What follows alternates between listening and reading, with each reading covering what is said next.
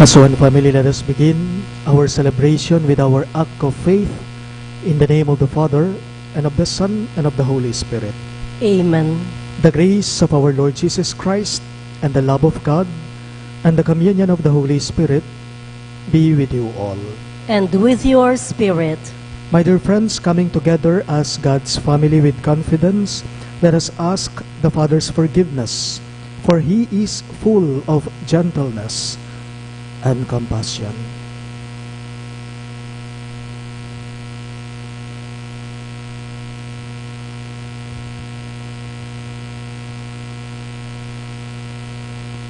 All together we say, I confess to Almighty God and to you, my brothers and sisters, that I have greatly sinned in my thoughts and in my words, in what I have done and in what I have failed to do, through my fault, through my most grievous fault.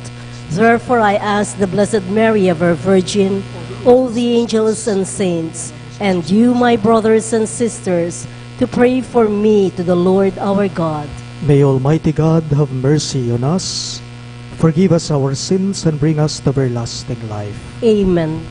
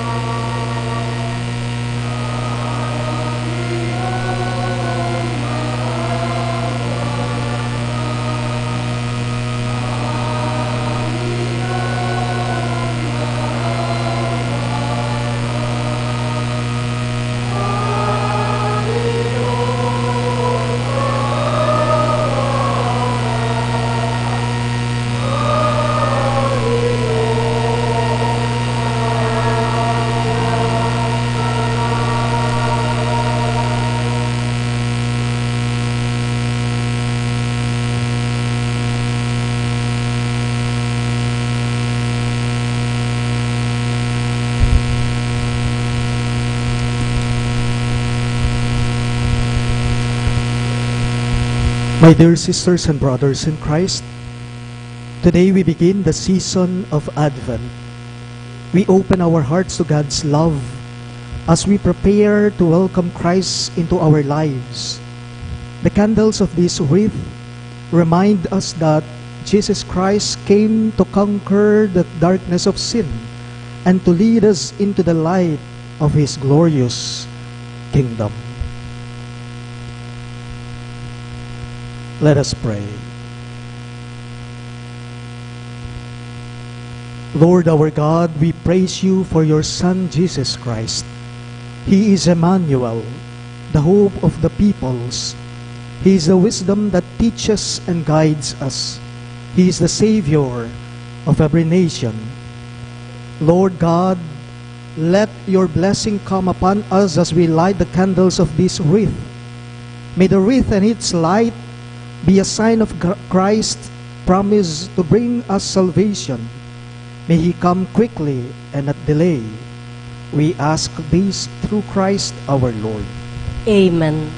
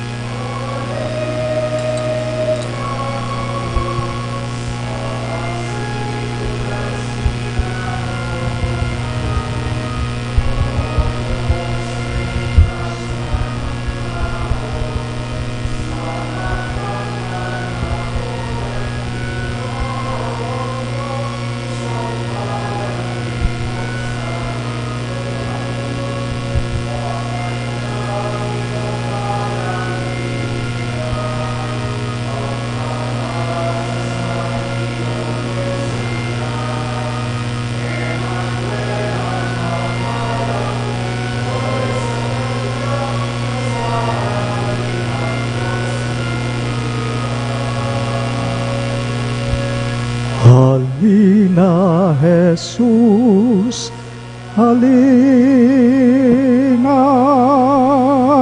halina Jesus, halina.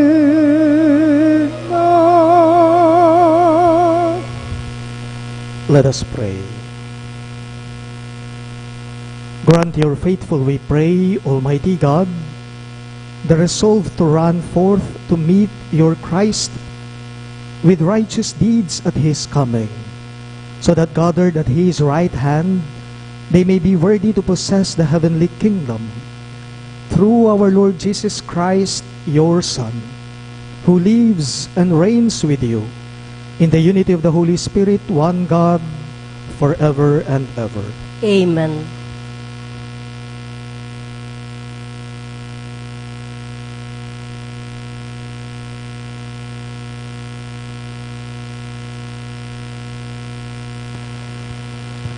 A reading from the book of the prophet Isaiah. This is what Isaiah, son of Amos, saw concerning Judah and Jerusalem. In days to come, the mountain of the Lord's house shall be established as the highest mountain and raised above the hills. All nations shall stream toward it. Many peoples shall come and say, Come, let us climb the Lord's mountain, to the house of the God of Jacob, that he may instruct us in his ways, and we may walk in his paths. For from Zion shall go forth instruction, and the word of the Lord from Jerusalem. He shall judge between the nations, and impose terms on many peoples. They shall beat their swords into plowshares, and their spears into pruning hooks. One nation shall not raise the sword against another, nor shall they train for war again. O house of Jacob, come, let us walk in the light of the Lord. The word of the Lord. Thanks be to God.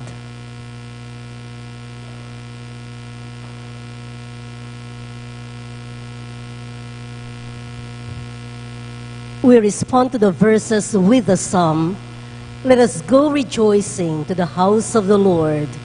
Let us go rejoicing to the house of the Lord. I rejoiced because they said to me, We will go up to the house of the Lord. And now we have set foot within your gates, O Jerusalem. Let us go rejoicing to the house of the Lord. Jerusalem, built as a city, with compact unity, to it the tribes go up, the tribes of the Lord. Let us go rejoicing to the house of the Lord. According to the decree for Israel, to give thanks to the name of the Lord. In it are set up judgment seats, seats for the house of David. Let us go rejoicing to the house of the Lord. Pray for the peace of Jerusalem. May those who love you prosper. May peace be within your walls, prosperity in your buildings. Let us go rejoicing to the house of the Lord. Because of my brothers and friends, I will say, Peace be within you. Because of the house of the Lord our God, I will pray for your good. Let us go rejoicing to the house of the Lord.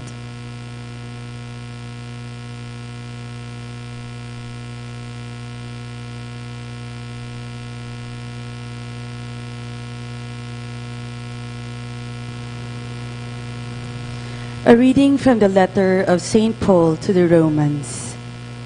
Brothers and sisters, you know the time. It is the hour now for you to awake from sleep. For our salvation is nearer now than when we first believed. The night is advanced. The day is at hand. Let us then throw off the work of darkness and put on the armor of light. Let us conduct ourselves properly as in the day, not in orgies and drunkenness, not in promiscuity and lust, not in rivalry and jealousy, but put on the Lord Jesus Christ, and make no provision for the desires of the flesh. The word of the Lord. Thanks be to God. We all rise for the Holy Gospel.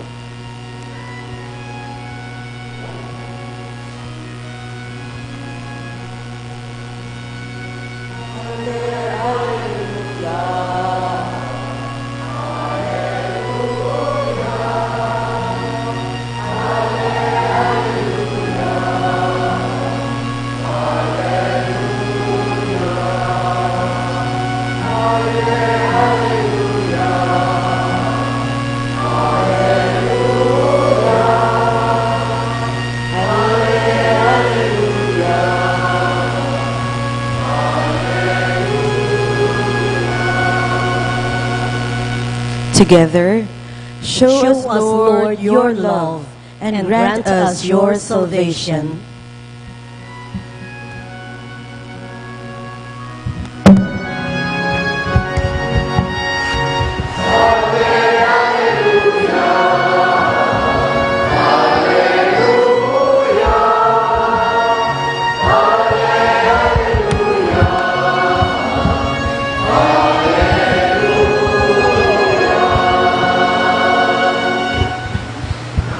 The Lord be with you. And with your spirit, A reading from the Holy Gospel according to Saint Matthew.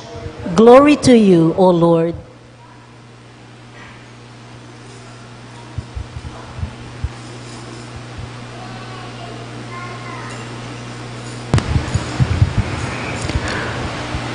Jesus said to his disciples, "As it was in the days of Noah, so it will be at the coming of the Son of Man. In those days before the flood, they were eating and drinking, marrying and giving in marriage up to the day that Noah entered the ark. They did not know until the flood came and carried them all away. So will it be also at the coming of the Son of Man. 2 men will be out in the field. One will be taken, and one will be left. 2 women will be grinding at the mill. One will be taken, and one will be left. Therefore stay awake, for you do not know on which day your Lord will come. Be sure of this.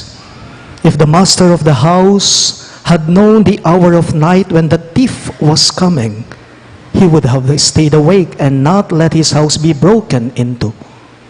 So too, you also must be prepared, for at an hour you do not expect the Son of Man will come." Sisters and brothers in Christ, the good news of our salvation.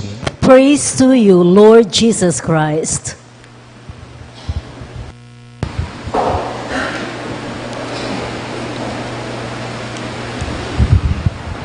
Good evening, dear everyone.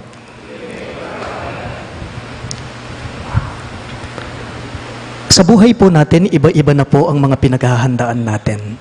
O iba-iba na ang mga inihahanda natin. In our lives, we encounter different types of preparation. Why? Because we are waiting for someone to come or something to happen into our lives. And look, sometimes we spend a lot of money and even our own energy for these preparations. Tanong ko lang, ano po ba yung mga inihahanda natin sa buhay? Ano bang mga bagay-bagay ang pinaghahandaan natin? Marami po yan. Halimbawa, birthday party. Pinaghahandaan yan. Kahit pa man din po ang pagsilang ng isang sanggol, birth of a child or birth of a baby, pinaghahandaan din yan. Kayong mga magulang, kinabukasan ng mga anak nyo, kung isa kang magulang, yung tuition fees nila sa school, yung allowances nila, pinaghahandaan yan. Kahit pa man din po sa mag-asawa, kasal nila, kasal ng mag-asawa, pinagpaplanuhan, pinaghahandaan. Sa isang pamilya, pagpapatayo po ng sariling tahanan o sariling bahay, yan ay pinagpaplanuhan. Yan ay pinaghahandaan. And we are so very excited about this to come or to happen. Pero tanong ko lang sa inyo, sa ating lahat, iilan po kaya sa atin ngayon, iilan po kaya sa atin, yung ang pinaghahandaan nila ay ang sariling kamatayan nila? Meron ba? Yung saan sila ililibing, o kaya naman anong damit ang ipapasuot sa kanila kapag sila'y namatay na. How many of us are really preparing for their own death? Sabi ko nga sa inyo, iba-iba nga naman ang ating mga pinaghahandaan. Today, we start a new calendar in the liturgical year of the church. And we call it Advent season, the season of Advent. Today is the first Sunday of Advent. As we all know, Advent means coming, pamanyatang, arrival. Pansinin po ninyo, kapag may dumarating, ito'y pinaghahandaan natin. Kapag may dumarating, ito'y hinihintay natin. In our gospel today, it speaks about watchfulness and preparation on our part. Meron daw pong isang lalaking nagngangalang Shalom na palagi niyang napapanaginipan ang Diyos at siya'y palaging kinakausap niya. One night in Shalom's dream, God spoke to him saying, Shalom, gusto kong makipagkita sa iyo ng personal.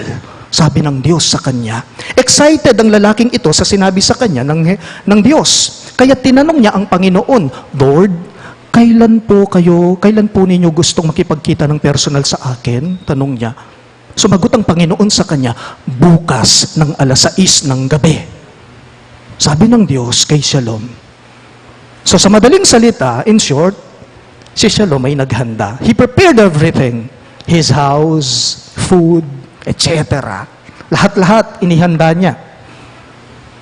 Kinabukasan, tumating ang 6:00 ng gabi. Handa ng lahat. Handa ng lahat. Hinihintay na lamang ni Shalom ang pagdating ng Diyos. At 6 p.m., walang Diyos na dumating. Nang 7:00 na ng gabi, wala pa ring Diyos na dumating. At 8 p.m. may kumakatok sa pintuan ng kanyang bahay. Dali-dali niyang binuksan. Pagbukas ng pinto ng bahay ni Shalom, nagulat siya, may taong nagpapalimos sa kanya. Humihingi ng tulong, makakain sa kanya. Ngunit sinabi ni Shalom, hindi pwede. May hinihintay akong napakahalagang tao. Bisita ko, VIP siya. Pinaalis ni Shalom yung nagpapalimos. So the beggar went away sad and hungry. At 9 p.m., may kumakatok na naman. Pagbukas ng pinto, yung kakilala ni Shalom. Humihingi siya ng tulong. Bakit? May sakit daw ang asawa niya. Pero tulad ng ginawa niya sa una, sabi ni Shalom, wala akong pera. Ginamit ko ang pera ko sa paghahanda sa bisita ko. VIP siya. So, the man went home bringing nothing. 10:00 na po ng gabi, wala pa rin dumarating na Diyos. Galit na galit si Shalom. Dahil sa galit niya, nakatulog siya. As usual, God talked to him in his dream.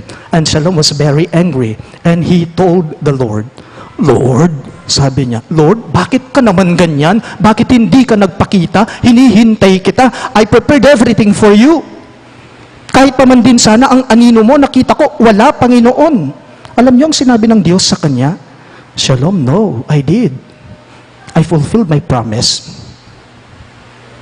Did you remember the beggar knocking at your door? The Lord said to him, "It was me." Did you remember the man asking you for help? "It was me again, but you sent me away." Hindi mo ako nakilala sa kanila dahil simpleng tao lamang sila. Hindi mo ako nakilala sa kanila dahil ordinaryong tao lamang sila. Tanong ko lang po, sa ating lahat, tanong ko lang, what are we really waiting for? What are we preparing for? What are we looking for? Are we looking for a miracle? Panay na yan may bang datang ing Pasko? Ngayon magadviento ka? Panay na yan may bang mibayit? Jesus, king Pasko. Panay na yan may bang datang ingapong Gino? Binatang nepo, more than 2,000 years ago pa. If you are looking or waiting for the Holy Spirit to dwell among us, well, the Holy Spirit is already in us. But sometimes we do not recognize His presence and role in our lives. What are we really waiting or preparing for? Tuwing linggo nagsisimba tayo, we attend Mass, we pray, and have our novena. Tinatanggap natin ang banal na komunyon, nagkukomunyon tayo, we receive the Holy Communion, and Christ becomes a part of us. Pero sa totoo lamang po, nakakalungkot mang sabihin sa inyo, lahat po tayo, kung minsan nakapagsimba tayo, pero pagkatapos ng misa, balik sa dati ang ating ugali. Ganyan bang nag-aadbyento? After the Mass, sometimes we return to our old habits. Paalala lang po, this season of Advent, this Advent season, what the Lord is looking from us is a changed way of life. It's a changed way of heart. Bagong direksyon sa buhay, new direction, a renewed life. Bieng akakit mesa ng gagalo, o bieng akakit mesa ng lupa na ningapong Gino, karing taong akakatabno mo, aldoldo king pami biye mo. A life which we can see the face of God in other people, especially to the lowly. Especially the lowly. Marahil natatandaan po ninyo ang ebanghelyong ito. May sinabi si Jesus sa kanyang mga disipulo, nangaral siya, sabi niya, ano man ang ginawa ninyo sa mababang o sa abag na kapatid ko, ito ay ginawa nyo na sa akin. Ano man ang ginawa ninyo sa maliliit na kapatid ko, ito'y parang ginawa nyo na rin sa akin. Alam po ninyo, ang bagong buhay na tinutukoy ni Jesus, ang bagong buhay na tinutukoy ni Jesus, hindi lamang po ngayong Adviento natin ginagawa ito, hindi lamang ngayon. Ang panawagan niya, pangumbirana, yamong ngeni, nune ang ganganggaya. Hindi lamang ngayon, ngunit magpakailanman ito. Sabi nga po nung kanta, now and forever, ngayon at kailanman. Meron daw pong isang guro, meron daw pong isang maestro na nagtanong sa kanyang mga disipulo. Tanong daw po ng maestrong ito sa mga disipulo niya, how can we determine that another day will come, my dear disciples? Tanong daw niya sa mga disipulo niya. Iba-iba na daw yung ideya, yung opinion ng mga disipulo niya.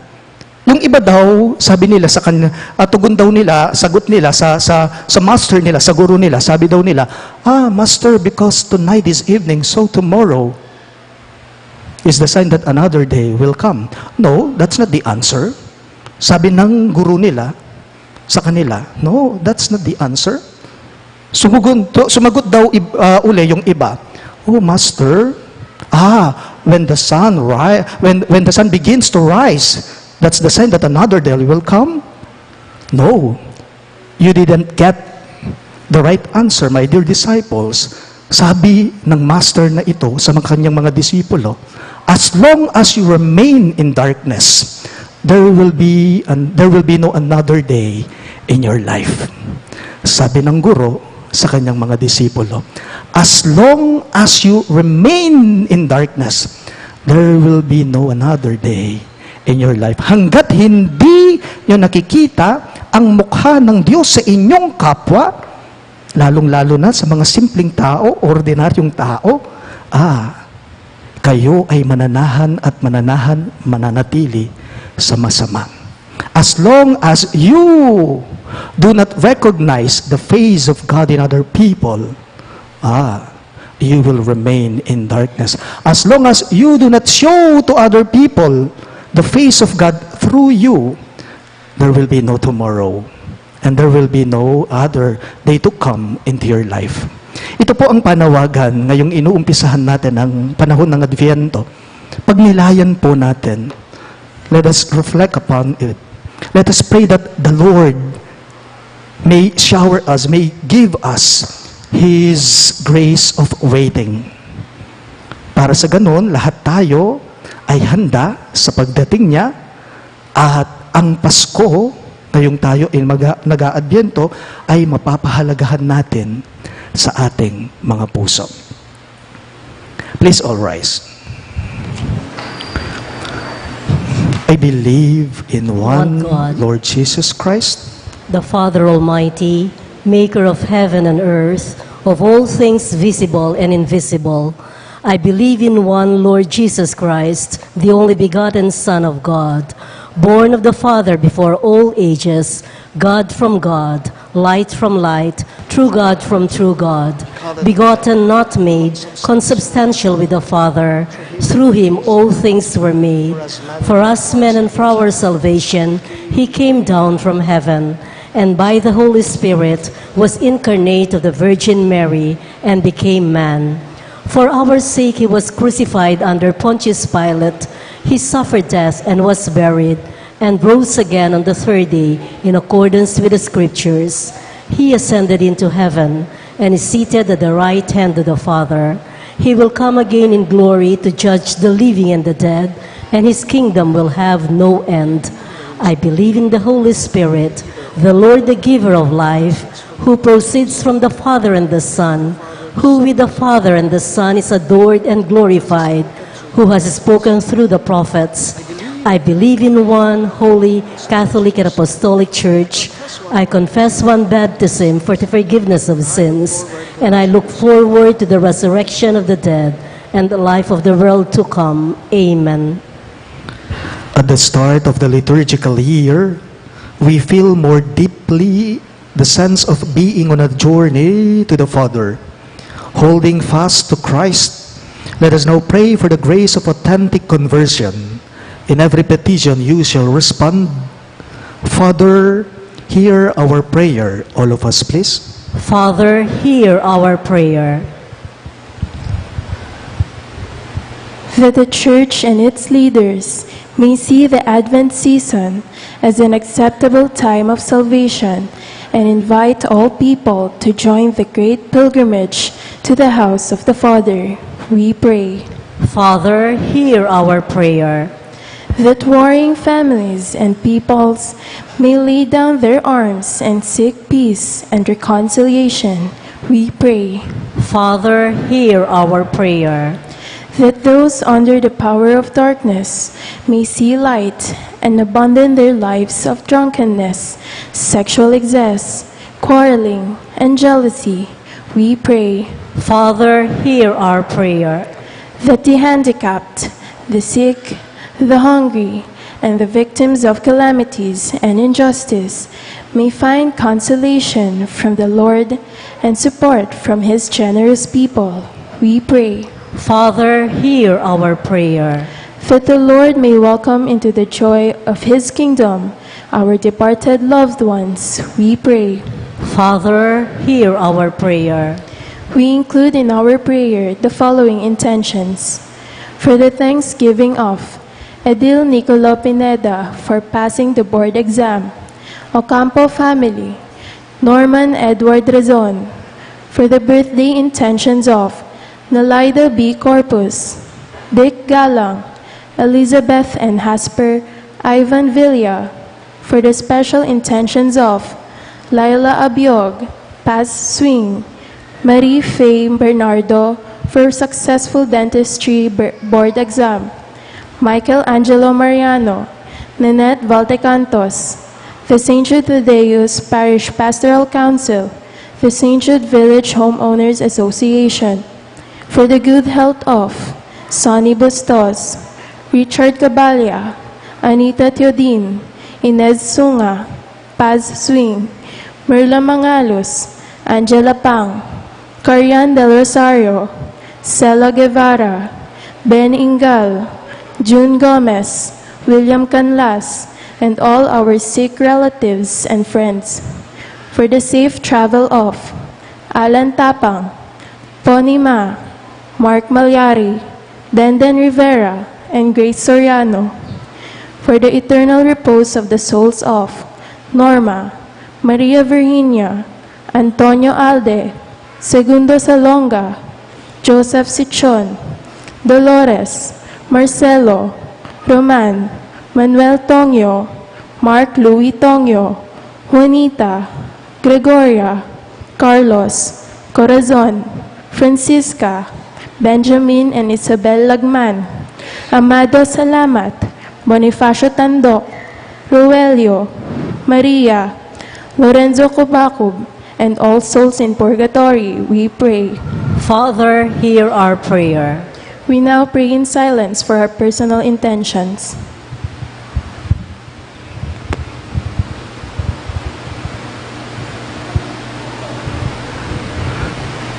God our Father, bless us during this season of Advent. Be with us always and keep us in your loving care. We ask this through Christ our Lord. Amen.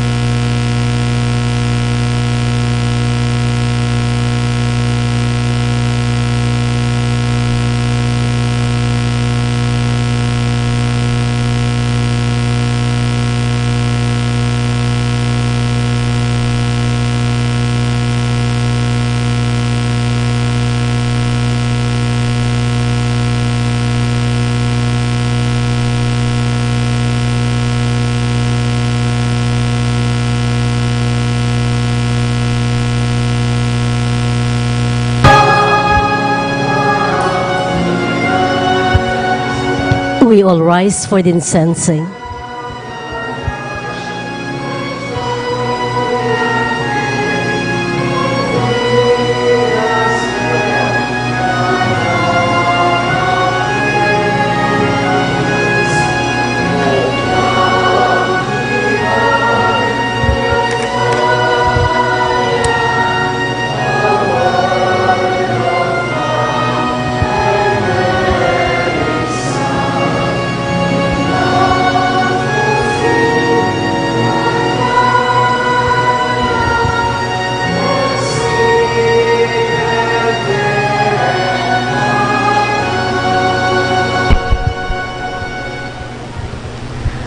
Pray, my dear friends, that my and your sacrifice may be acceptable to God, the Almighty Father. May the Lord accept the sacrifice at your hands for the praise and glory of his name, for our good and the good of all his holy church. Accept, we pray, O Lord, these offerings we make, gathered from among your gifts to us, and may what you grant us to celebrate devoutly here below gain for us the prize of eternal redemption. We ask this through Christ our Lord. Amen. The Lord be with you. And with your spirit, Lift up your hearts. we lift them up to the Lord. Let us give thanks to the Lord our God. It is right and just. It is truly right and just, our duty and our salvation, always and everywhere to give you thanks, Lord, Holy Father, Almighty and Eternal God, through Christ our Lord. For he assumed that his first coming, the lowliness of human flesh, and so fulfilled the design you formed long ago, and opened for us the way to eternal salvation, that when he comes again in glory and majesty, and all is at last made manifest, we who watch for that day may inherit the great promise in which now we dare to hope. And so with angels and archangels, with thrones and dominions, and with all the hosts and powers of heaven, we sing the hymn of your glory as without end we acclaim.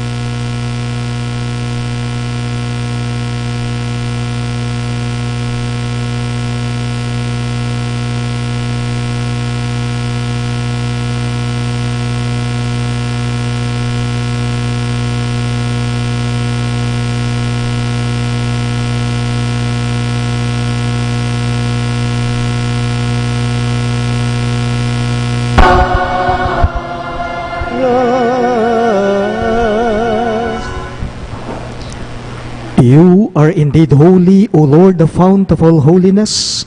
Make holy, therefore, these gifts, we pray, by sending down your Spirit upon them like the dewfall, so that they may become for us the body and blood of our Lord Jesus Christ.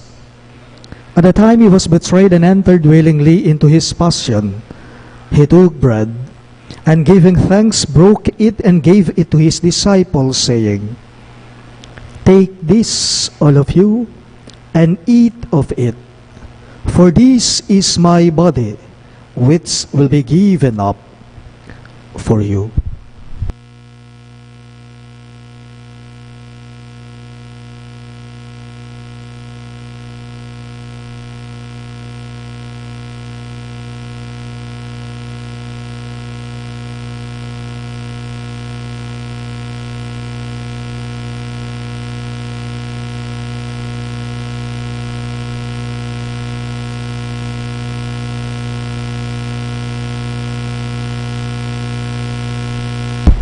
In a similar way, when supper was ended, he took the chalice, and once more giving thanks, he gave it to his disciples, saying, "Take this, all of you, and drink from it, for this is the chalice of my blood, the blood of the new and eternal covenant, which will be poured out for you and for many, for the forgiveness of sins.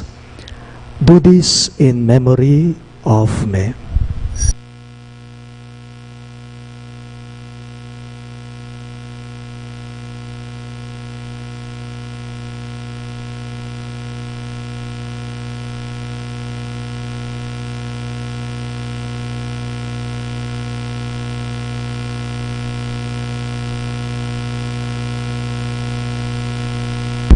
We now proclaim the mystery of faith.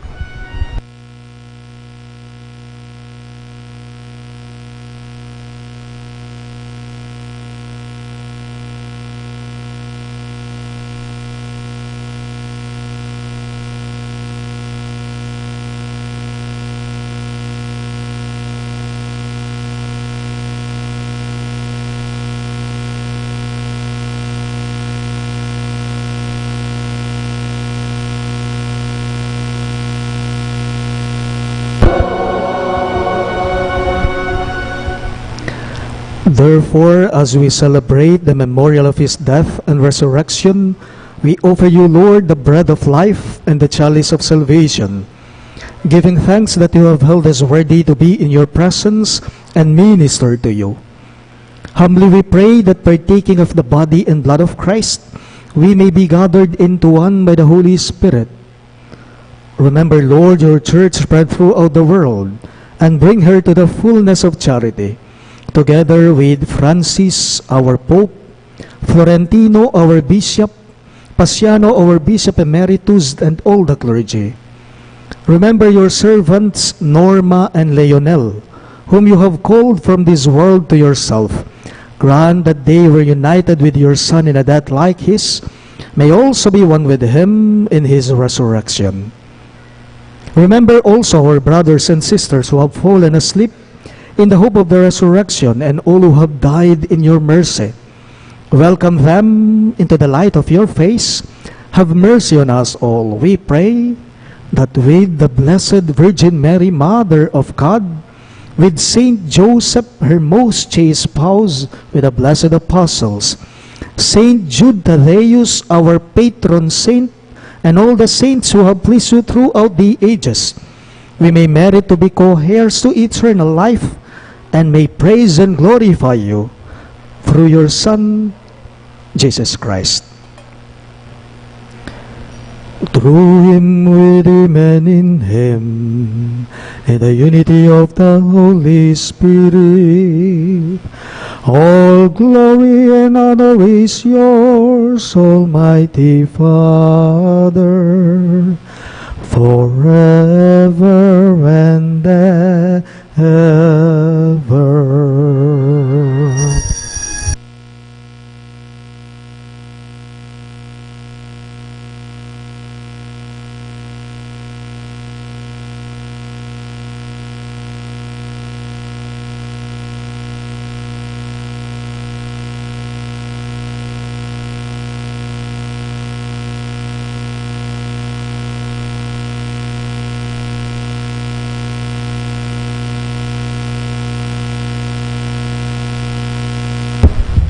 Let us now pray for the coming of the kingdom as Jesus taught us.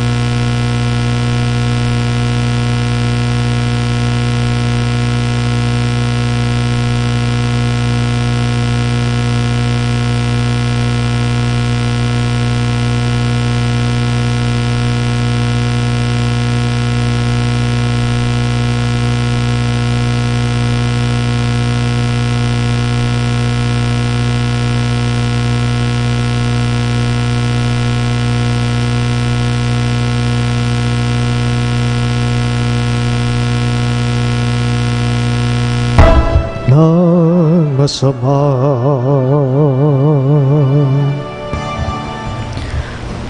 Deliver us, Lord, we pray, from every evil. Graciously grant peace in our days, that by the hope of your mercy, we may be always free from sin and safe from all distress, as we await the blessed hope and the coming of our Savior, Jesus Christ. For the kingdom, the power, and the glory are yours, now and forever. Lord Jesus Christ, who said to your apostles, "Peace I leave you, my peace I give you," look not on our sins, but on the faith of your church, and graciously grant her peace and unity in accordance with your will, who live and reign forever and ever. Amen. The peace of the Lord be with you always. And with your spirit. Let us offer each other the sign of peace. Peace be with you.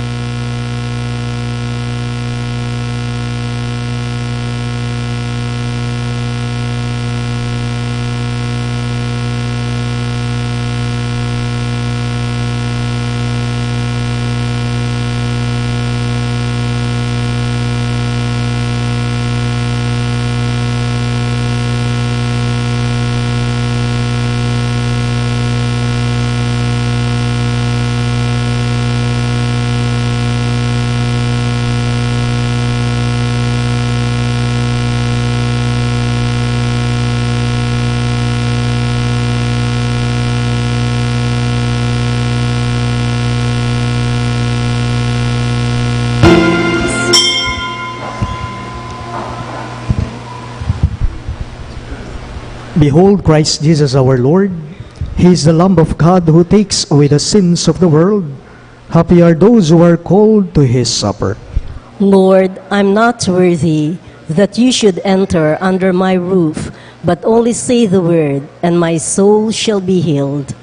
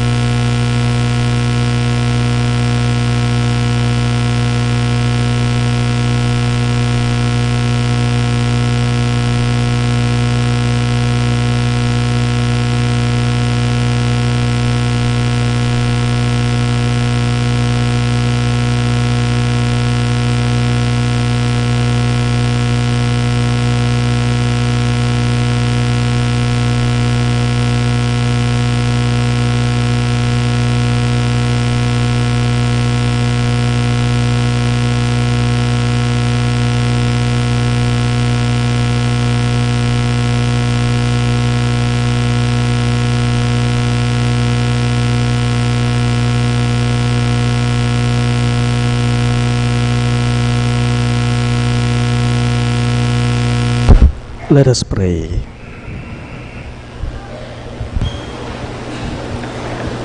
May these mysteries, O Lord, in which we have participated, profit us, we pray, for even now, as we walk amid passing things, you teach us by them to love the things of heaven and hold fast to what endures. We ask this through Christ our Lord. Amen. Please be seated for the announcement. The solemnity of the Immaculate Conception of the Blessed Virgin Mary is universally celebrated on December 8. However, as December 8 falls on the second Sunday of Advent this year, we instead commemorate this solemnity on December 9, Monday. Our parish joins the rest of Christendom in celebrating the feast of the Blessed Virgin Mary with a Triduum on December 6, 7, and 8, Friday, Saturday, and Sunday of this week, before the 6:30 evening masses, culminating with the Eucharistic celebration in her honor on Monday, December 9 at 6:30 in the evening. As this is one of the 3 holidays of obligation in the Philippines, apart from Sundays, we invite our parish community to come and join us in the Eucharistic celebration. Maraming salamat po. We all rise for the final prayer and blessing. The Lord be with you. And with your spirit, Bow your heads and pray for God's blessing. May the Almighty and merciful God, by whose grace you have placed your faith in the first coming of His only begotten Son, and yearn for His coming again, sanctify you by the radiance of Christ's advent, and enrich you with His blessing. Amen. As you run the race of this present life, may He make you firm in faith, joyful in hope, and active in charity.